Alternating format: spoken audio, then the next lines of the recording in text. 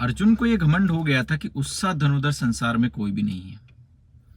और उसने क्या किया, एक व्यक्ति थे, द्वारिका में रहते थे, उसके 3 पुत्रों की मृत्यु हो गई थी और चौथा पुत्र जन्मने वाला था। तो उसने व्यक्ति ने भगवान श्री कृष्ण से आह्वान किया कि प्रभु, ये आपकी कैसी नगरी है कि यहाँ जो है मेरे ये 3 पुत्र काल कलवित हो गए हैं जन्म लेने के बाद में, और ये चौथा है, ऐसा ना हो कि इसके साथ भी ऐसा हो जाए, तो आप प्लीज जो है मदद कीजिए, मेरी आपसे विनय है मेरी। तो क्रोध में था वो व्यक्ति। उस समय अर्जुन ये सारी चीजें सुन रहा था, तो उस व्यक्ति ने बहुत कुछ भगवान श्री कृष्ण को भला बुला कहा। उसने वहां पर अर्जुन को क्रोध आया, उन्होंने कहा ये मेरे सखा, ये मेरे मित्र हैं और आप इनके साथ इस तरह से बात कर रहे हैं, कौन है बताइए, चलो मैं आपके पुत्र की उसकी जो सुरक्षा करता हूँ, चलिए। वो गए वहां पर, उन्होंने सुरक्षा कवच तैयार किया, लेकिन भगवान श्री कृष्ण ने उनको समझाया भी था कि जो नियत है वो होकर ही रहेगा, हमारे वश में कुछ भी नहीं, काल जो समय चक्र है वो निर्धारित है।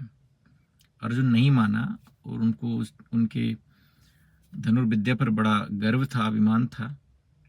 वो वहां गए, उन्होंने प्रोटेक्शन जो है अपने मंत्र और अपने बाणों से लगाई, लेकिन मृत्यु जो काल है नियत समय पर उस बच्चे को वहां से ले गया। अर्जुन बेहद दुखी हुआ, क्योंकि अर्जुन ने प्रतिज्ञा की थी कि यदि वह उसके बालक को नहीं बचा पाया तो स्वयं जो है अग्नि को समर्पित कर देगा।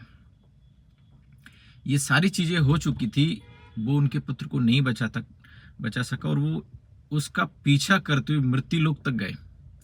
और वहां पर उन्होंने जो यमदूत हैं उन लोगों को चेताया, बोला कि आप जो है इस द्वार खोलिए और उस बच्चे के जो प्राण है ना वापस कीजिए। पर उन्होंने उनको समझाया कि नहीं, ये संभव नहीं है, आप वापस चले जाइए यहाँ से। तो अर्जुन जो है ब्रह्मास्त्र का प्रयोग करने वाले थे और उसको जो है भगवान इंद्र है उन्होंने रोका। उन्होंने कहा आप भगवान श्री कृष्ण का मार्गदर्शन लीजिए। पुनः वो उस भगवान श्री कृष्ण के पास आए और उनसे कहा कि प्रभु ऐसा ऐसा हुआ। तो उनने उनको समझाया कि देखो भाई, हमको प्रकृति के किसी कार्य में हस्तक्षेप नहीं करना चाहिए, और जो कुछ नियत है ना उसमें तो बिल्कुल आप हस्तक्षेप नहीं करते। तीसरा कारण जो ये बताया कि आप जो है अपने मद में इतने मदमस्त थे कि आप संसार के सबसे बड़े धनुर्धर हैं और आप मृत्यु तक को परास्त कर देंगे।